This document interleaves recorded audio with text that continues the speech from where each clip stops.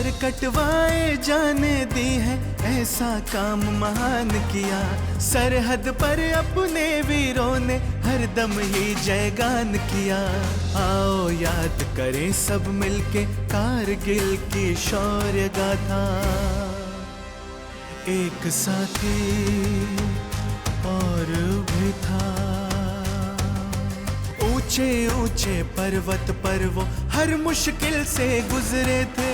आगे आगे बढ़ने वाले कभी न पीछे हटते थे। ऐसे लड़े वो देश की खातिर, अपना सब कुर्बान किया। एक साथी और भी था, एक साथी और भी था।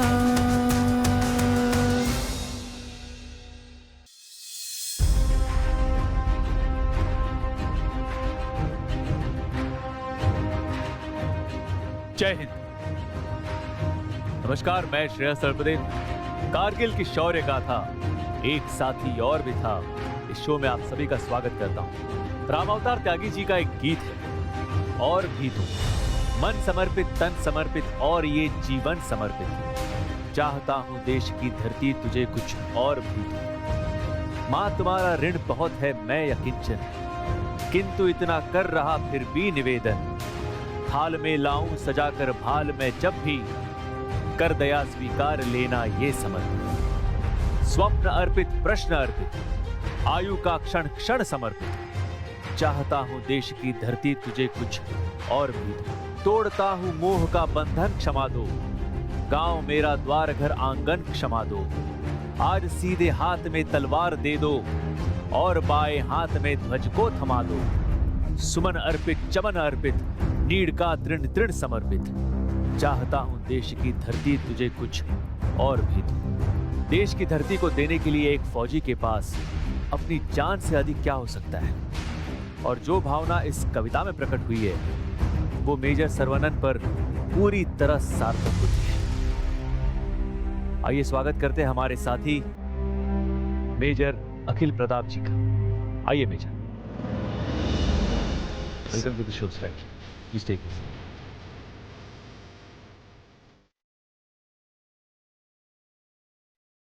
मेजर साहब ने अपने सैन्य जीवन में देश के कई भागों में रहते हुए हमारी सीमाओं की रक्षा की। मैं मेजर अखिल से आग्रह करता हूं कि वे कारगिल युद्ध के आज के हीरो मेजर सर्वनन के अद्भुत पराक्रम के बारे में हमें बताएं, लेकिन उससे पहले आइए देखते एक छोटी सी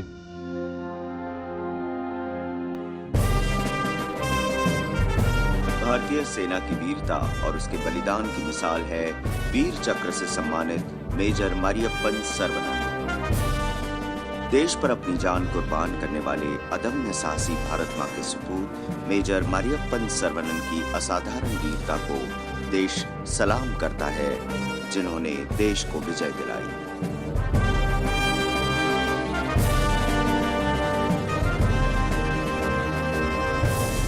हमने देखे हैं बहुत बातें बनाने वाले, बातें वाले तो जनाब काम किधर करते हैं। वो जो देखे ही नहीं तूफान उठाते सागर, वो क्या खाक समंदर में सफर करते हैं। क्या बात है, क्या बात है, अरे वाह, मजा आ गया।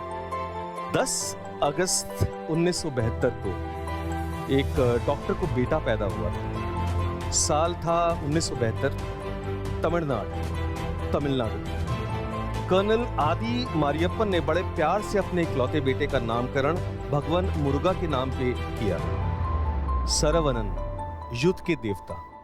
युद्ध के देवता जी, उनके नाम का मतलब ही युद्ध के जी। किसे पता था कि वो आने वाले सालों में युद्ध का देवता ही साबित होगा। The hero of Batalik. किसे पता था कि वो एक दिन अपने पिता की तरह ही एक दिन इंडियन आर्मी का मेजर बनेगा। उनके पिता भी इंडियन आर्मी जी जी।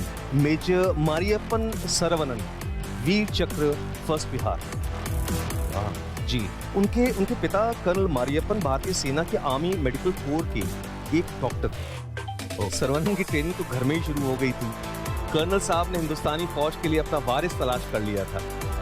अपने बेटे को उन्होंने बड़ी लगन से तराशा, फौज के बुनियादी तौर तरीकों से वाकिफ कराया, और सर्वनन बचपन से ही बंदूकों का शौकीन था। पापा की वर्दी अक्सर पहन लिया करता था, और उसकी मुस्कुराहट में गजब पक्का आत्मविश्वास था, वेरी कॉन्फिडेंट। पूत के पांव पालने में नजर आ जाते हैं, जो जैसे कहते हैं वैसे लगता था। वैसे तो कर्नल आदि मारियप्पन तमिलनाडु से है, लेकिन जब उनकी तैनाती बिहार में हुई, उन्होंने अपने बेटे का दाखिला गया के केंद्रीय विद्यालय में करवा दिया। जी, बहुत अजीब इत्तेफाक था, क्योंकि सरवनन ने बिहार में ही कलम पकड़ी और बिहार में ही कमान। सब रखें, बताता हूँ मैं अब। तो बिहार से बिहार रेजिमेंट तक का एक लंबा सफर तय किया सरवनन ने। अपने पापा के प्यारे सरवनन से अपने पापा के गुरु मेजर सरवनन तक नेशनल कैडेट कोर, आप जानते होंगे, यानी एनसीसी के, वो सी सर्टिफिकेट प्राप्त थे। जी, और सी सर्टिफिकेट प्राप्त होने की वजह से सरवनन को मेजर सरवनन बनने में ज्यादा मुश्किल नहीं पड़ी। ओह जी, ओके ओके ओके ओके। बस इसी से याद आया मुझे कि एनसीसी यानी राष्ट्रीय कैडेट कोर भारत का एक ऐसा संगठन है जो इंसान को एक बेहतर इंसान बनाता है। जरूरी नहीं कि ये फौजियों या उनके बच्चों के लिए होता है, और जरूरी नहीं कि इसमें शामिल होने से आपको फौज में ही जाना होगा या और किसी पेशे के आप लायक नहीं रहते, ऐसी कोई बात नहीं। सरवनन का सपना 22 साल में पूरा हुआ जब उन्होंने वही वर्दी पहनी जो उनके पापा पहनते थे। जी, लेकिन इस खुशी में एक दुख भी दखल दे गया, इस बात का कि उनके पिता कर्नल आदि मारियप्पन उन्हें वर्दी में देख नहीं पाए। श्रीलंका में चले, आपको पता होगा, भारतीय सेना के ऑपरेशन पवन में IPKF जो गई थी जी 87 में, उस पोस्टिंग के दौरान कर्नल मारियप्पन घर आ रहे थे कि जब वापसी में उनका बेवक्त इंतकाल हो गया। सरवनन उस समय मात्र 16 वर्ष के थे। दिल दिया है जान भी देंगे ऐ वतन तेरे लिए। मेरा सब हम बातें करते रहेंगे, लेकिन उससे पहले देखते हैं छोटा सा। जिसने कभी न झुकना सीखा, देखा नहीं कभी मुड़कर, जिसने कभी न झुकना सीखा, देखा नहीं कभी मुड़कर, सरहद पर हर वीर सिपाही डटा रहा अपने हक पर, सरहद पर हर वीर सिपाही डटा रहा अपने हक पर। वीर कुंवर सिंह, बिरसा मुंडा, वीर कुंवर सिंह, बिरसा मुंडा, साक्षी है इतिहास से, याद हमें है कथा उनकी आन बान और शान की। जय बिहार रेजिमेंट, जय सेना हिंदुस्तान की, जय बिहार रेजिमेंट, जय सेना हिंदुस्तान की। मेजर सरवनन बिहार रेजिमेंट के लिए जीते थे, मरते थे। उन्हें अपने रेजिमेंट से बहुत प्यार था। मेरे साहब, आप हमें बताइए कि मेजर सरवनन की रेजिमेंट की खासियत क्या है? इन सारे एपिसोड्स में अब तक हमने बिहार रेजिमेंट की कोई बात नहीं की। जी, पहली बार हम कर रहे हैं। ऑफिसर्स ट्रेनिंग एकेडमी मद्रास से निकलकर, उस वक्त ये मद्रास था, चेन्नई नहीं था। अच्छा। सेकंड लेफ्टिनेंट सरवनन पहुंचे बिहार रेजिमेंट, पलटन फर्स्ट बिहार। इस रेजिमेंट की नींव तकरीबन 260 साल पहले रखी गई थी। भारत का प्रथम स्वतंत्रता संग्राम यानी कि फर्स्ट वॉर ऑफ इंडिपेंडेंस 1857 में हुआ था। इसे अंग्रेजों ने सिपाही विद्रोह का नाम दिया था, और इस संग्राम का आगाज बिहारी सैनिकों ने ही किया था। जी, मंगल पांडे याद है? जी, तो वो थे तो बलिया के, लेकिन उस समय उत्तर प्रदेश और बिहार अलग नहीं होता था। जी, तो हमारे हमवतन कई मर्तबा मुझसे पूछते हैं कि ये गुजरात और उड़ीसा के वासी फौज में क्यों नहीं दिखते। तो मैं बताना चाहूंगा कि बिहार रेजिमेंट में दोनों हैं, ओडिया भाईना भी और गुजराती भाई भी। जी, बूझे कि नहीं? ओके। तो इसका मतलब है कि बिहार रेजिमेंट है तो बिहार के नाम पर, लेकिन उसमें देश के सभी भागों के सैनिक शामिल हो, बिल्कुल, और देश के लिए कुर्बान भी हो। तो मेजर साहब, आप हमें मेजर सरवनन की इस मिशन के बारे में बताइए प्लीज। जी, 1948, 65 और 71 की लड़ाइयों में हिस्सा लेने के बाद बिहार रेजिमेंट की फर्स्ट बिहार पहुंची बटालिक, कश्मीर कारगिल युद्ध में हिस्सा लेने के लिए। 23 मई 1999 बिहार रेजिमेंट जब अपना मिशन उनको मिला, तो उन्होंने अपनी बाधाएं स्वॉट एनालिसिस किया। बेहद कठिन रास्ता था, तोपखाना यानी आर्टिलरी का कोई सहारा नहीं था, दुश्मन की पूरी मालूमात नहीं थी, वक्त नहीं था, और कम से कम 3 दिन की पैदल चढ़ाई थी। कितने दिन की? 3 दिन। 3 दिन की पैदल चढ़ाई? जी, और राशन, हथियार, उपकरण का वजन बदन पे अलग से। बाप रे बाप। साथ था तो सिर्फ एक शब्द, जोश। उनका मिशन .4268 14,000 फीट की ऊंचाई पर था। मेजर साहब, हम आपसे मेजर सरवनन की असाधारण वीरता के बारे में सुनने से पहले आइए सुन लेते हैं कि भारत के पूर्व सेनाध्यक्ष जनरल वीपी मलिक क्या कहते हैं। एक बहुत कठिन जगह के ऊपर हाई ऑल्टीट्यूड में, जहाँ पर हमको ना सिर्फ पहाड़ों का मुकाबला करना पड़ता है, लेकिन वहाँ की हाई ऑल्टीट्यूड आबो हवा का भी सामना करना पड़ता है। वहाँ पर हमको लड़ाई ये करनी पड़ी जब पाकिस्तानियों के आर्मी के लोग हमारे अपने देश की कुछ चोटियों के ऊपर जाके बैठ गए, तो उनको वहाँ से हटाना था।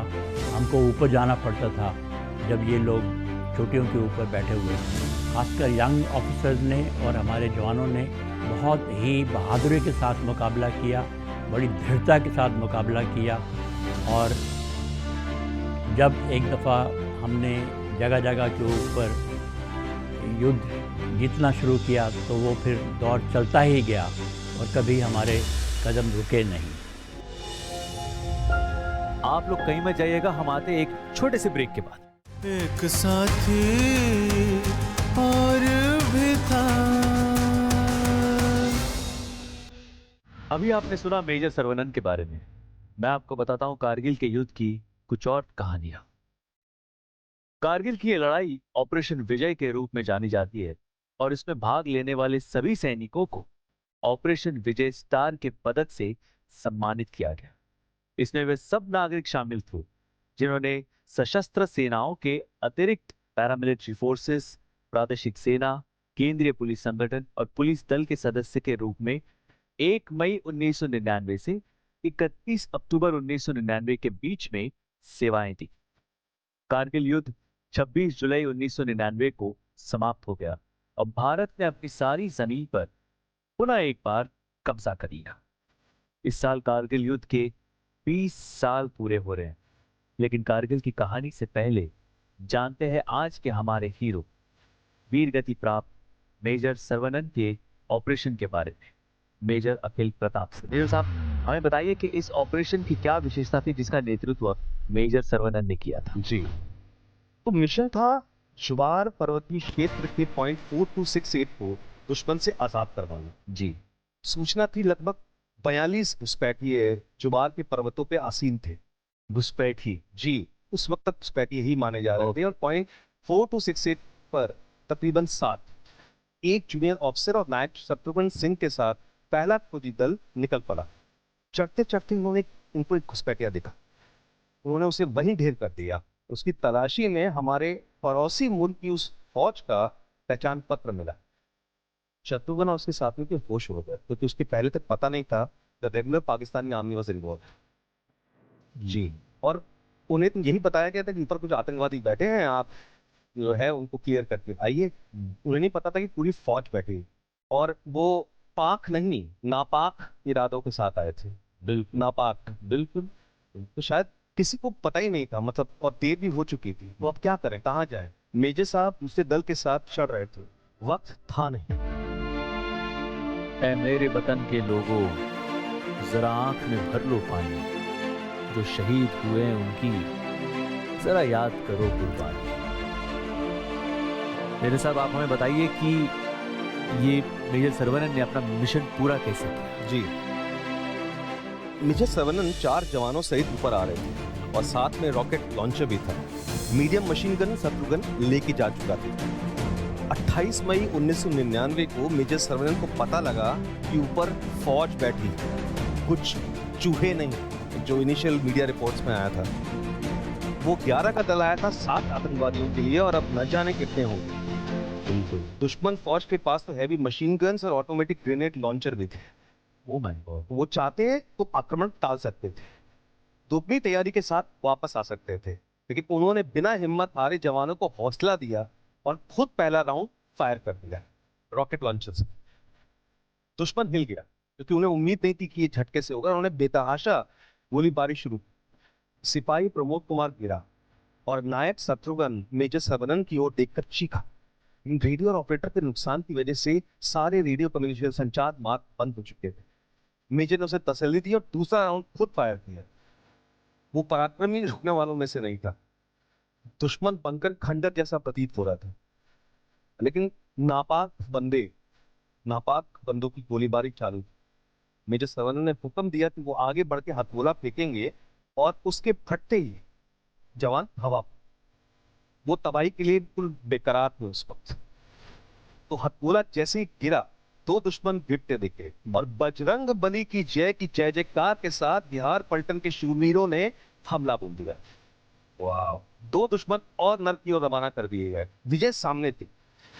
मेजर सरवनन और 3 जवान तकरीबन 8 से 10 मीटर की दूरी पर थे कि यकायक गोलियों की चढ़ी आई और हमारे 3 जवान वीरगति प्राप्त कर गए।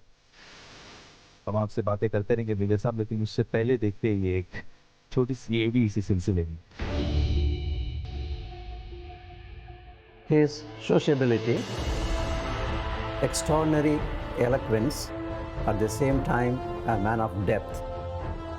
He could organize programs for the welfare of the students, academic, cultural, extracurricular, otherwise.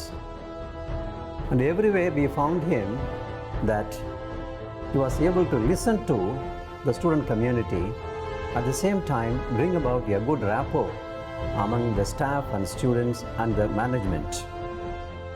A rare blend indeed of all these finer qualities. But his destiny was very different.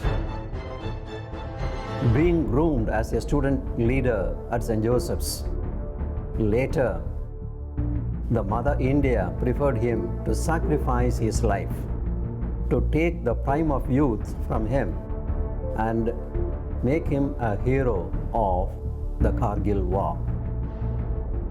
Major साहब, आप मेजर सरवनन के सर्वोच्च बलिदान के बारे में बताइए कि किस तरह उन्होंने अपने जीवन को देश की रक्षा के लिए कुर्बान कर दिया और अद्भुत शौर्य का प्रदर्शन किया। मेजर साहब ने एक और नापाक बंदे को साफ किया उसके बाद कि अचानक एक गोली उनको ढूंढते हुए आई और उनके माथे को निशान बना दिया। शायद स्नाइपर का शॉट था।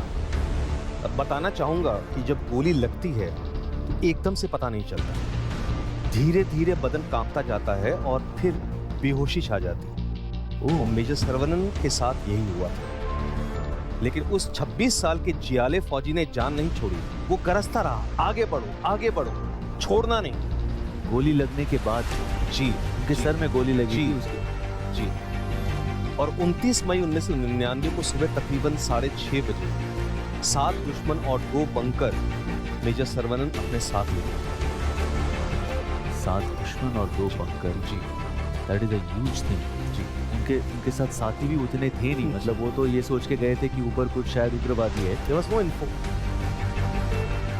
हम ये हमारी बातें कंटिन्यू करेंगे, लेकिन देखते एक छोटी सी है। He stood for the chairman, student council chairman, the year 92, and he was selected. He was a very enterprising, hardworking, and very sincere person. One of the very few students who used to always come to college wearing helmets in those days in his motorbike. And he was a sticker to the rules, always encouraging others to perform well. We also were together in the NCC, National Cadet Corps. He was a keen cadet and he was always encouraging others. आप लोग भी please हमारे साथ बने रहिए, कहीं मत जाइए। हम आते हैं एक छोटे से ब्रेक के बाद। एक साथी और भी था। बलबीर सिंह रंग की कविता फिर से गूंज उठी रणभेरी की कुछ पंक्तियां हैं। शांत दृगों में धधक उठी फिर यहाँ क्रांति की ज्वाला, प्यासी धरती मांग उठी फिर हृदय रक्त का प्याला, समय स्वयं जपने बैठा फिर महामृत्यु की माला, इनकलाब की बाट जोता क्या अदना क्या आला, जनता के आह्वान पर नवयुग ने करवट फेरी, फिर से गूंज उठी रणभेरी, पूर्व आज स्वीकार कर उठा पश्चिम का रण न्योता, पराधीनता और स्वतंत्रता में कैसा समझौता, हमें राह से डिगा न सकते अरी के दमन सुधारे, आजादी या मौत यही बस 2 प्रस्ताव हमारे। शूर बांधते कफन शीश से, कायर करते तेरी, फिर से गूंज उठी रणभेरी। मेजर सर्वनन अपने सर पर कफन बांधकर देश की मिट्टी के लिए फना हो गए। देश उनके अद्भुत पराक्रम, अतुलनीय शौर्य को हमेशा याद रखेगा। अब आइए मिलते हैं मेजर सर्वनन के परिवार से। भारतीय सेना ने क्या एक्शन लिया? बिहार रेजिमेंट के जवान उन्हें भूल नहीं सके। उन्होंने 40 दिन के बाद जुबार पर पूर्ण रूप से कब्जा किया और अपने मेजर साहब के शरीर को अपने साथ ले आए। 7वीं कक्षा के पाठ्यक्रम में तमिलनाडु के बच्चे आज भी मेजर मारियप्पन सर्वनन की बहादुरी के किस्से पढ़ के प्रेरित होते हैं। क्या बात है, क्या बात। और इस देश ने आभार व्यक्त करते हुए मेजर मारियप्पन सर्वनन को वीर चक्र से नवाजा। Very well deserve. क्या हम समझ सकते हैं कि बाप बेटे दोनों के खून का टीका है इस देश के ललाट में? अगर समझ सकते हैं तो याद रहे, मेजर मरियप्पन सर्वनन थे तो हम हैं। अगर समझ सकते हैं तो याद रहे, एक साथी और भी था। धन्यवाद मेजर अखिल प्रताप। मेजर सर्वनन के अप्रतिम बलिदान की कहानी असाधारण है। उनकी वीर गति से देश का हर सच्चा सैनिक ही नहीं बल्कि नागरिक भी प्रेरणा लेता है। हम उन्हें सच्चे मन से प्रणाम करते हैं। आइए दर्शकों, कारगिल की विजय गाथा एक साथी और भी था कि ये अंतिम कड़ी थी। दूरदर्शन का यह प्रयास था कि हम अपने सैनिकों के पराक्रम और वीरता से आपको परिचित कराएं और यह भी बतलाएं कि कितनी मुश्किल स्थितियों में अपनी जान की बाजी लगाकर देश की हिफाजत करने वाले हमारे वीर सैनिक कितने महान हैं। वो हैं तो हम हैं। हम इनके सम्मान में नतमस्तक हैं। सैनिकों के बारे में कहा जाता है कि he answered his country's call, he gave his life, his best, his all। तो अगर हमारे सैनिक, हमारे जवान हमारे लिए इतना कुछ कर सकते हैं, हमें सुरक्षित रखने के लिए अपनी जान दे सकते हैं, तो क्या हम उनका ख्याल नहीं रख सकते? उनके बारे में थोड़ा सा नहीं सोच सकते?